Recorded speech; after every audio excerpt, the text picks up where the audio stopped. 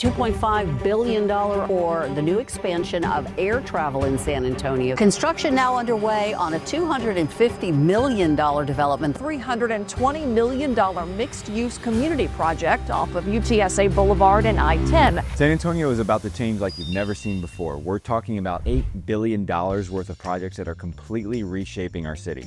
And if you haven't been paying attention, you're gonna miss the biggest upgrades that we have seen to San Antonio in decades. We're getting a brand new downtown, complete neighborhood makeovers on the south side of town, and a massive airport expansion that is going to completely reshape how the world sees our city. But here's another thing that a lot of people don't realize. There is one project that I'm going to talk about at the very end of this video that is going to put San Antonio on the map as a true luxury destination. Hey, I'm Michael McCall. I've been helping families just like yours move here and find their home in San Antonio for years and years and years. I was born and raised right here in the San Antonio area, and I absolutely love this town. Today, I'm taking you on a complete tour of everything that is new and coming soon to San Antonio in 2025. Whether you are looking to move here, whether you already live here, or you're just curious about where the city is headed, this is the information that you absolutely have to know about. Let's start with something that's going to drastically affect how people are getting to and leaving San Antonio, and that is the massive airport expansion. We're talking $2.5 billion worth of projects that is going to make San Antonio a destination, an international airport that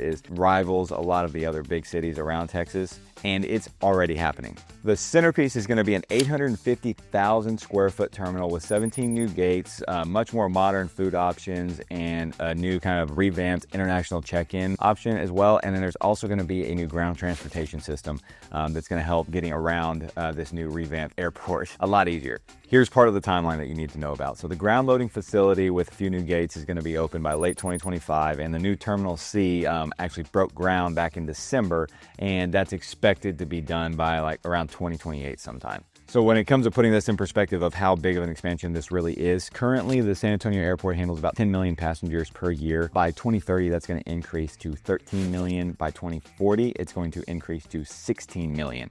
And on top of that, this expansion is going to establish and help maintain over 16,000 jobs. In my opinion, the best part is that this is all being funded through federal grants and airport, revenue streams essentially. So there's no additional taxpayer dollars that's going towards this at all. So it is completely free and clear from the San Antonio taxpayer's pocket. San Antonio has always been kind of the little brother to like the Dallas or Houston's, and so the airport itself and having this expansion is really, really big for the city, in my opinion. It's going to be a lot more attractive for our tourism industry. It's going to make things getting around San Antonio a lot easier, and it's going to be that great first impression whenever residents or future residents potentially and international visitors come here to San Antonio and see this revamped, nice new airport. And when you combine this with a brand new luxury hotel that I'm going to be talking about later, this completely kind of changes a little bit of that perspective of San Antonio being, kind of stuck in the past. We've always been one of those that has kind of struggled to grow, and that's one thing that I think these future projects that we're talking about here today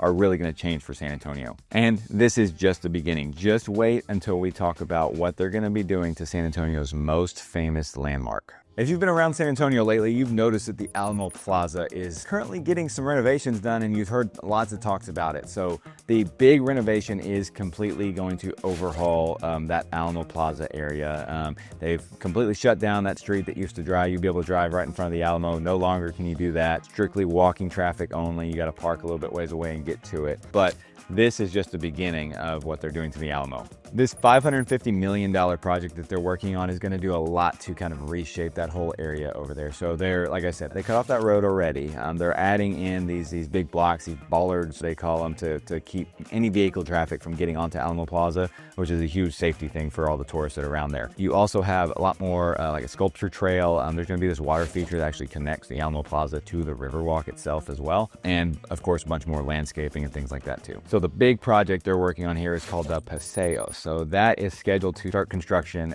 here at the end of this year in 2025 and be done around 2027 timeframe. So as everybody knows, the Alamo is a huge, important historical piece of Texas and American history, and to be able to kind of refit refinish, refurbish, and just upgrade this significant piece of Texas history is huge, to be able to maintain it for years and years to come, and also keep it to where it's much more easily accessible to the visitors. And I think this connection to the Riverwalk, which also ties right into this Pearl expansion we're going to talk about in a minute, I think this is going to continue to make this area, this Alamo Plaza area, a very, very big attraction and make even more people want to go visit it and see what it's all about. Now we'll shift to an area that historically in San Antonio, and you guys that have watched this channel will know, since I don't talk a lot about this side of town, but we're going to talk about the South Side next and how the development down there is finally starting to take off. So for anybody that has noticed that is local to San Antonio, you will see that the South Side of San Antonio is getting a lot more development between Texas A&M San Antonio, the Toyota plant expansion, some of these other things that, you know, these big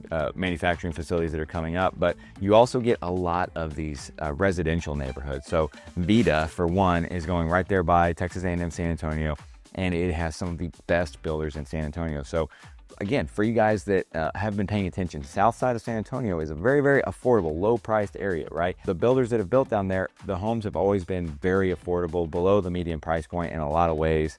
And if they have been at the median price point, it hasn't been by much. But some of these higher-end builders, such as Highland Homes, Perry Homes, are now building in Vita. They're creating these, you know, Sidley is creating this townhome project. You have some of these luxury homes from Highland Homes, some, you know, plus, you know, $600,000, $700,000, $800,000 plus homes being built in this neighborhood that is completely reshaping the way the South Side looks at real estate. So Vita will have 530 total residential units, and a decent amount of those are actually focused on like senior living units as well, which is a big plus for that area. Vita is going to reshape kind of the way that whole South Side, you know, residential neighborhoods are looked at, in my opinion, just because of what they're putting into it. It's going to have the connections with the, you know, hospital, the new hospital that's going up right there, the university at A&M San Antonio, all the other different things that is already in the South Side, right? And things that have been built down there in the last, you know, decade or so. The city has also approved a regional development center surrounding that Texas A&M San Antonio University, and this is kind of like a 15-mile radius going around that is going to focus on residential, industrial, you know, the healthcare development, educational opportunities such as, you know, the Alamo colleges, schools that are around there as well for the junior colleges. So you're going to have this big hub around A&M San Antonio, similar to what you see up on the northwest side with UTSA. This is going to focus on, you know, a long-term plan to build out more neighborhoods, have some of these higher end builders. And again, with these higher end builders, as they start selling higher price homes, the whole price point of the area is going to reshape, and it's going to, you know, attract more people when the jobs come as well. So you have Toyota, you've got JCB, which is another industrial tractor manufacturer, essentially similar to Caterpillar, and then Navistar, that are all bringing their, you know, different manufacturing plants and corporate facilities there as well. So you have a lot of growth that is going to happen down on that South Side, unlike anything that has been seen before in that area. And now this brings us to the biggest transformation that San Antonio could possibly see in its entire history, right? And that is the huge downtown expansion project that they've been talking about for a little over a year now. But before we get into that, if you're finding this video helpful or have received any value at all from my channel whatsoever, I would love for you guys to hit that subscribe button. I'm talking about the good, bad, and the ugly, and everything in between about San Antonio. Like I said, I've lived here my entire life, love it here. Do videos like this every single week, talking about the city, talking about real estate, and just helping you guys out with learning more about San Antonio. So now let's talk about Project Marvel. So Project Marvel is the $4 billion downtown expansion, revitalization, entertainment district, sports district, any number of things. It is going to reshape the way that people look at San Antonio. Starting around with a lot of the centerpiece being the Spurs new arena, being closer to downtown, a little bit more accessible than where it's currently at.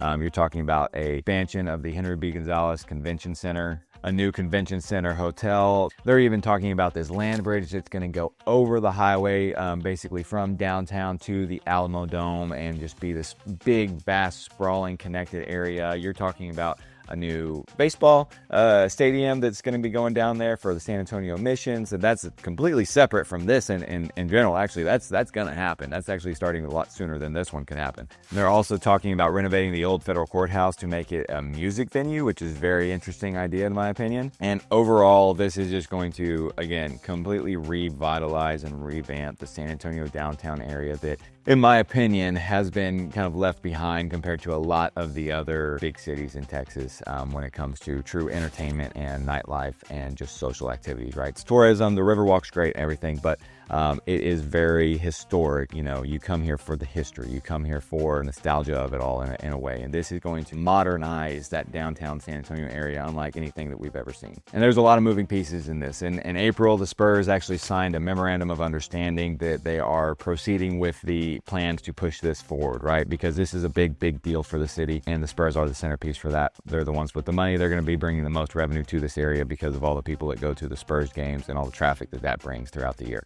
But this is not going to be without some hurdles that have to be overcome. This includes voters' approval. This includes different, tax things that have to be done, getting funding from who knows where. So the chances of this happening are high because everybody is pushing forward for this to happen. But there are a lot of things that have to happen in order to go towards those steps of proceeding with the plans and actually breaking ground and starting construction with all of this. But let me tell you a little bit why this matters so much to San Antonio. So the last real big downtown revitalization was Hemisphere, back when the Tower of the Americas was built, decades ago. There has not been a major expansion to the downtown San Antonio area other than, a few things that are going on in that Hemisphere area as far as, some different, parks and things like that. But those are all just kind of light modernizations. They're not big, huge, redevelopments of things. And this is going to be the icing on the cake that really brings San Antonio back to the limelight, in my opinion, to a place where it is incredibly desirable for not just its affordability and its quiet nature and its,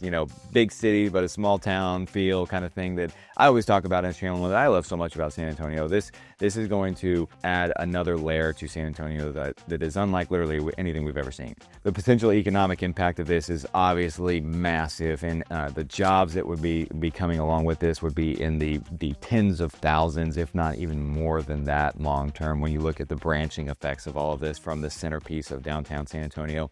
So if you guys, again, if y'all have any say or any real push or want to get involved with this, make sure you're pushing for this to happen. In my opinion, this is a major necessity for things that have to come to San Antonio for the long-term future growth and the real revitalization of the city. And now, speaking of major investments, let's talk about a local favorite that is making a big move right now, and that is Bill Miller's Barbecue and their new headquarters that they're building. So Bill Miller's is, of course, a San Antonio institution. It's the barbecue joint that you see on every corner about as often as you see H-E-B, and actually probably a little bit more often than that. But Bill Miller's Barbecue has, of course, been around San Antonio for a long time, and they've always been housed. Their downtown, corporate facility was what they had, but it's kind of small, kind of, outdated, and so they've spent some money building their new headquarters. The construction is already underway. This is a $55 million project out on the west side of San Antonio, and it's expected to let them double their total store count from 80 to 150, because as a lot of y'all know, they make their food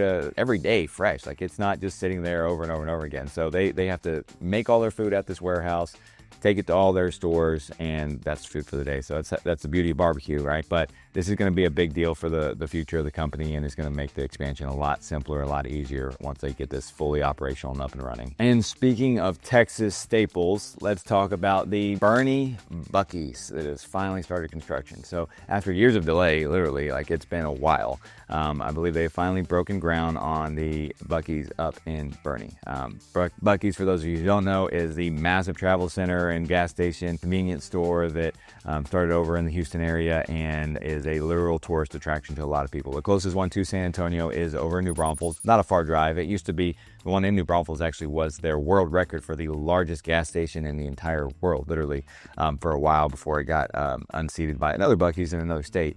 But the one in Bernie has been talked about for years and years and years. You can see the billboards as you drive up and down I-10, but there's just been hurdles that they've had to go across with the city itself and permitting and things like that. This location is going to be just over 53,000 square feet. It's going to take about another year or so to complete. They're doing all the big site work and everything right now, but and they're actually creating new road infrastructure too. So that's another big reason I think this has taken a little bit more time, is kind of figuring that out, because Buc-ee's Way is going to be right there next to Buc-ee's going into the store itself. So it is going to be a sight to see whenever it is finally completed, for sure. Now let's shift gears a little bit. Talk about Bernie. Let's talk about something that's going on in New Braunfels, and that is the Mayfair development, the big residential neighborhood that has been talked about by pretty much everybody in the real estate space for a while for the San Antonio area. Mayfair is a master plan community that is already selling homes. They've already sold a decent amount of homes from this year. They've got their Mahler Park underway. It is going to be a mix of residential homes, 6,000 to be specific. Commercial, it's going to have its own schools within the community. There's going to be different parks and things that are all throughout the community as well. Just tons and tons of opportunity that is going to bring to New Braunfels. So already they've opened the pump bike, I think it's called the pump bike track. I don't know, I never heard of such a thing until I saw it, quite frankly. It's right next to a disc golf course, which is pretty cool. Just another little dog park, I think, is right there as well. They're going to be breaking ground soon on Midtown Mayfair. I believe they might have actually already done that by the time I've been recording this video. And that's going to be the big amenity center that's kind of the heart of the community. The entire development is going to have 330 acres of parks, 35 miles of different trails, and tons of different shopping opportunities as well, even big box retail stores that are right there within the community. The design is really meant to provide a true all-in-one encompassing community. It is something that San Antonio has drastically lacked in previous developments, is an all-in-one community that is really walkable, where you don't even have to leave the community for anything. I mean, you're going to have your home, you're going to have your stores, you're going to have your schools, you're going to have parks. I mean, everything is right there within the community, so you don't have to go anywhere else. It is a true all-in-one development that is hopefully going to influence a lot more of the developments in the San Antonio area. And another thing that's a big significance with this location of where Mayfair is, it is right off of 35, just outside of New Braunfels, heading towards Austin. So for those of you guys who do not know, that whole development between San Antonio and Austin, San Antonio and Austin is expected to be the next big metroplex in the entire country. So you think Dallas-Fort Worth, they're talking Austin, San Antonio next. So that corridor, which includes New Braunfels and San Marcos, Mayfair is right there on that edge. So you're talking about being in the heart of that future metroplex in Mayfair. So long-term investment, you have to think about the location of where that is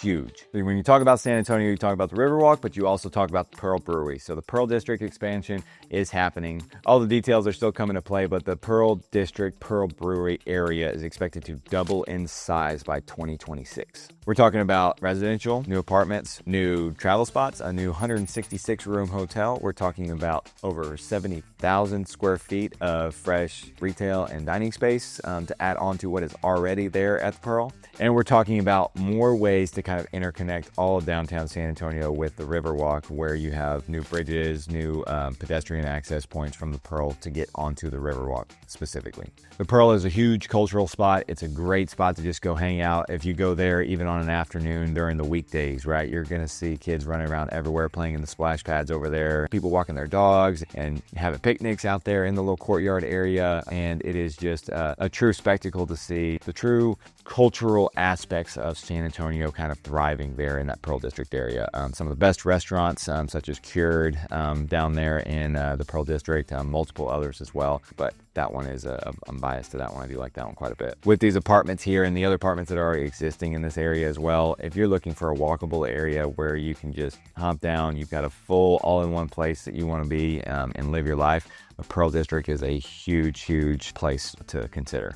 But beyond these major residential projects, San Antonio is starting to make huge strides with their infrastructure and transportation developments too. So everybody always says, I don't think it matters what city you live in, all the roads are always under construction all the time, right? So San Antonio's big one that is going on right now is the 1604 expansion. So segment 1 from Bandera Road and Helotes all the way to I-10 is about 90% completed and expected to open by the end of this year. For those of you locals or who have been here visiting the area, you'll see that, those flyover ramps that have been being built right there at that intersection of 1604 and I-10 have been going on for a couple years now. But I will say 100% that is going to make things so much easier at that intersection. If you just go over, east a little ways to 281 and 1604, that intersection there is never really backed up that much, right? At 1604 and 281, you have these flyover lanes. That is exactly what they're going to have at 1604 and I-10, and it is going to make things so much easier.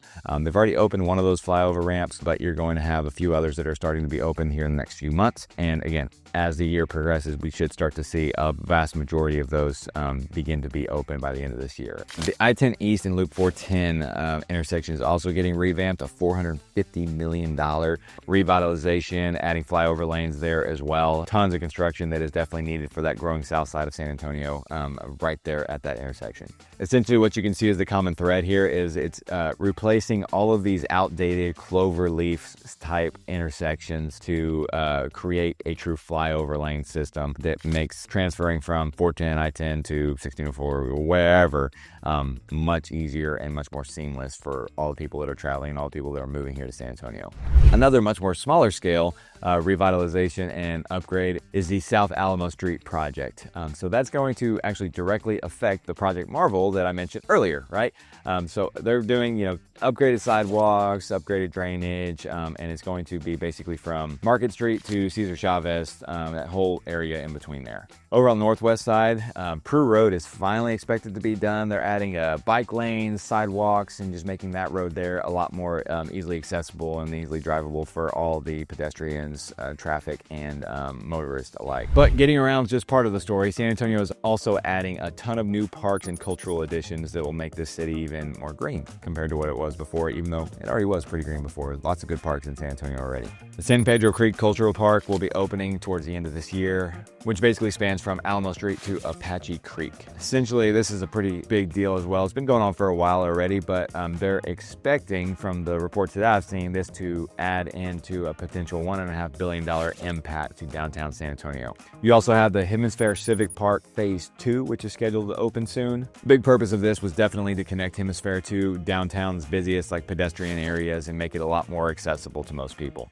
And talking more about San Antonio's history, the World Heritage Center just opened back in February as a $16 million project that is truly focused on connecting the UNESCO World Heritage Sites of the San Antonio Missions parks all over the city to more residents and more tourists alike. So looking at all the history, we've also started to dive more into the 21st century. San Antonio is working on a smart city sustainability project. So these technologies are rolling out, including what they call digital twin. It's all projects kind of with UTSA kind of heading a lot of this development and research for these projects. It's integrating real-time city data with urban planning and commissioning people to help bring a lot more quicker and more sustainable developments to the city. There's gonna be a lot more solar-powered options for streetlights and things like that, and just overall better emergency and energy management downtown too. The city actually has a little over $30 million worth of solar installation sites that are being added across the city in multiple different places. I think it's about 42 or so different sites, if I remember right. And once finished, it'll actually save an average of about $1.8 million a year. This is all part of San Antonio's goal to be a net zero emission city by 2050. Again, a lot of these things change, and I know there's a lot of big talk with, energy efficient infrastructure throughout the country with all the different places, such as California. But I think San Antonio is kind of taking this the right direction and not going, I guess, as crazy as some of the places like California have, for those of y'all that are looking to move here from California. So when we're talking about all these different developments, they all kind of mesh together, right? Everything is for San Antonio to be a bigger and better San Antonio and building towards something bigger, such as that Project Marvel. But there's one final thing that I haven't talked about. And again, this is the luxury hotel that has been a big talk around the city for a while. This is the Monarch Hotel. It's a 17-story luxury hotel that's going to be planned for downtown San Antonio. It's going to be unlike anything you've ever seen before. The hotel broke ground in 2024 at Hemisphere Park. It is going to be a luxury boutique hotel with 200 rooms, scheduled to open early 2026. It's going to have the rooftop pool and bar. It's going to have spa. It's going to have all the amenities that you can think of for a true luxury hotel. It's going to have 5 different food and beverage locations, including a restaurant up on that rooftop space and a basement speakeasy, apparently. In addition to that, there's going to be 10,000 square foot of event venue space as well. The location is huge, being right there at Hemisphere Park, easy access to the convention center and to the Riverwalk. So the location is super, super prime for anybody that is looking for a luxury hotel experience whenever you're coming to visit San Antonio. The Monarch is kind of just one of those additional pieces to the pie of what San Antonio is going to be bringing to the future of the growth of the city, and why they're really pushing towards a true revitalization of the city itself, from its older, more rundown past, and kind of a reputation that it doesn't match what Houston and Dallas have. This is going to